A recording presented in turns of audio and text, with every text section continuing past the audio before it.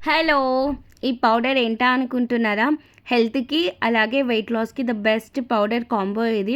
అయితే last time మీకు నేను జీరా వాటర్ ఎలా చేసుకోవాలో చూయించాను కదా! అయితే అది దానికి చాలా టైం పడుతుందని, మార్నింగ్ ఇబ్బందయితుందని చెప్తే వాళ్ళందరికీ ఆల్టర్‌నేటివ్‌గా ఈ రెసిపీ నేను మీతో షేర్ చేస్తాను. ఈ పౌడర్ ఎలా చేసుకోవాలో చూపిస్తాను.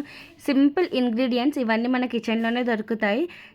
పాన్ హీట్ అయిన తర్వాతకి మెంతులు, జీలకర్ర, వాము, సోంపు ఇవన్నీ ఒక 5 మినిట్స్ వరకు మీడియం లో ఫ్లేమ్‌లో ఇలా నార్మల్‌గా రోస్ట్ చేసుకోవాలి.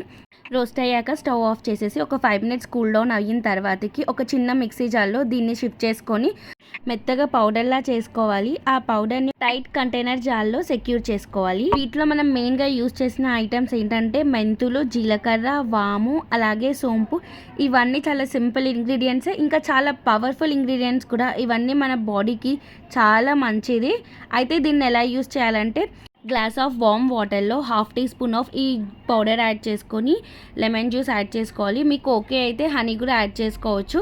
ఇది రోజు మార్నింగ్ కన్జ్యూమ్ చేయడం వల్ల మనకి డైజెషన్ ఇష్యూ ఏదున్నా క్లియర్ అయిపోతుంది.